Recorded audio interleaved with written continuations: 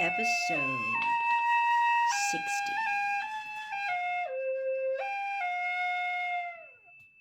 She's gone, said Hermione, looking right through Harry toward the end of the high street.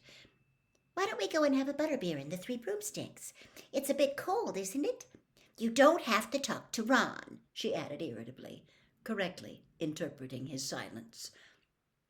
The Three Broomsticks was packed, mainly with Hogwarts students enjoying their free afternoon, but also with a variety of magical people Harry rarely saw anywhere else.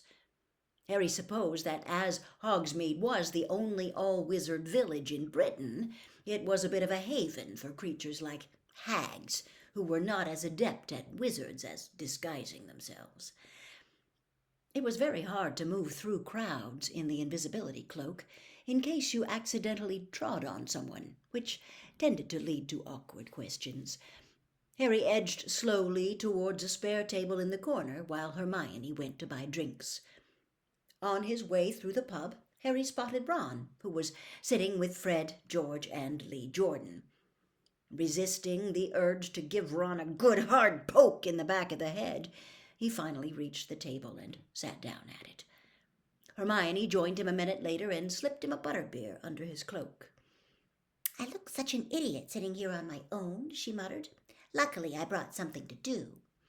And she pulled out a notebook in which she had been keeping a record of SPEW members. Harry saw his and Ron names at the top of a very short list. It seemed a very long time ago now that they had sat making up those predictions together, and Hermione had turned up and appointed them secretary and treasurer. You know, maybe I should try and get some of the villagers involved in SPEW, Hermione said thoughtfully, looking around the pub. Yeah, right, said Harry. He took a swig of butterbeer under his cloak. Hermione, when are you going to give up on this SPEW stuff? When house elves have decent wages and working conditions, she hissed back. You know, I'm starting to think it's time for more direct action. I wonder how you get into the school kitchens. No idea. Ask Fred and George, said Harry. Hermione lapsed into thoughtful silence while Harry drank his butterbeer, watching the people in the pub. All of them looked cheerful and relaxed. Ernie Macmillan and Hannah Abbott were swapping chocolate frog cards at a nearby table, both of them sporting Support Cedric Diggory badges on their cloaks. Right over by the door he saw Cho and a large group of her Ravenclaw friends. She wasn't wearing a Cedric badge, though. This cheered Harry up very slightly. What wouldn't he have given to be one of those people, sitting around laughing and talking with nothing to worry about but homework? He imagined how it would have felt to be here if his name hadn't come out of the Goblet of Fire. He wouldn't be wearing the invisibility cloak, for one thing. Ron would be sitting with him. The three of them would probably be happily imagining what deadly dangerous task the school champions would be facing on Tuesday. He'd have been really looking forward to it, watching them do whatever it was, cheering on Cedric with everyone else, safe in a seat at the back of the stands. He wondered how the other champions were feeling. Every time he'd seen Cedric lately, he'd been surrounded by admirers and looking nervous but excited. Harry glimpsed Fleur Delacour from time to time in the corridors. She looked exactly as she always did, haughty and unruffled. And Crumb just sat in the library, poring over books. Harry thought of Sirius, and the tight, tense knot in his chest seemed to ease slightly. He would be speaking to him in just over 12 hours, for tonight was the night they were meeting at the common room fire, assuming nothing went wrong, as everything else had done lately. Look, it's Hagrid, said Hermione. The back of Hagrid's enormous, shaggy head, he had mercifully abandoned his bunches, emerged over the crowd. Harry wondered why he hadn't spotted him at once, as Hagrid was so large, but standing up carefully, he saw that Hagrid had been leaning low, talking to Professor Moody. Hagrid had his usual enormous tankard in front of him, but Moody was drinking from his hip flask. Madame Rosemerta, the pretty landlady, didn't seem to think much of this. She was looking askance at Moody as she collected glasses from tables around them. Perhaps she thought it was an insult to her mulled mead, but Harry knew better.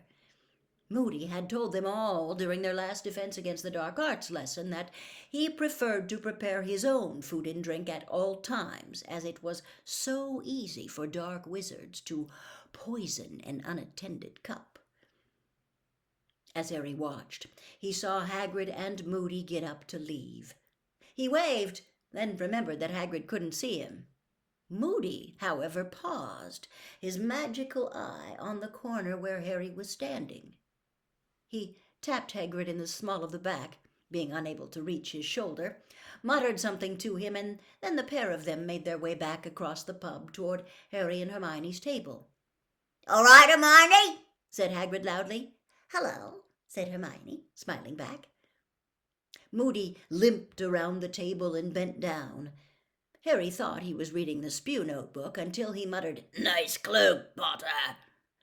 Harry stared at him in amazement. The large chunk missing from Moody's nose was particularly obvious at a few inches' distance. Moody grinned. "Can your eye? Can you?" "Yeah, it can see through invisibility cloaks," Moody said quietly. "And it's come in useful at times, I can tell you." Hagrid was beaming down at Harry, too. Harry knew Hagrid couldn't see him, but Moody had obviously told Hagrid he was there. Hagrid now bent down on the pretext of reading the Spew Notebook as well, and said in a whisper so low that only Harry could hear it, "Harry, meet me tonight at midnight at me cabin. Wear that cloak." Straightening up, Hagrid said loudly, "Nice to see you, Hermione," winked, and departed. Moody followed him. "Why does he want me to meet him at midnight?" Harry said, very surprised. "Does he?" said Hermione, looking startled. "I wonder what he's up to. I don't know whether you should go, Harry." She looked nervously around and hissed, "It might make you late for Sirius." It was true that going down to Hagrid's at midnight would mean cutting his meeting with Sirius very fine indeed. Hermione suggested sending Hedwig down to Hagrid's to tell him he couldn't go, always assuming she would consent to take the note, of course. Harry, however, thought it better just to be quick at whatever Hagrid wanted him for. He was very curious to know what this might be. Hagrid had never asked Harry to visit him so late at night. At 11:30 that evening, Harry, who had pretended to go up to bed early, pulled the invisibility cloak back over himself and crept back downstairs through the common room. Quite a few people were still in there. The Creevy brothers had managed to get hold of a stack of Support Cedric Diggory badges and were trying to bewitch them to make them say Support Harry Potter instead. So far, however, all they had managed to do was get the badges stuck on "Potter stinks." Harry crept past them to the portrait hole and waited for a minute or so, keeping his eye on his watch. Then Hermione opened the fat lady for him from outside as they had planned. He slipped past her with a whispered "Thanks" and set off through the castle. The grounds were very dark. Harry walked down the lawn toward the lights shining in Hagrid's cabin. The inside of the enormous Beauxbatons carriage was also lit up. Harry could hear Madame Maxime talking inside it as he knocked on Hagrid's front door.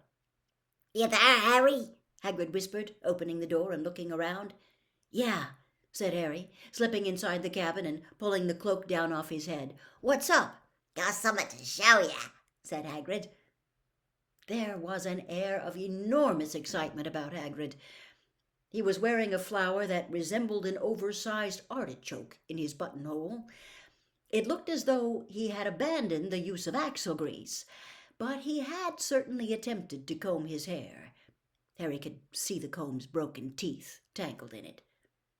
"What are you showing me?" Harry said warily, wondering if the Scroots had laid eggs, or Hagrid had managed to buy another giant 3-headed dog off a stranger in a pub.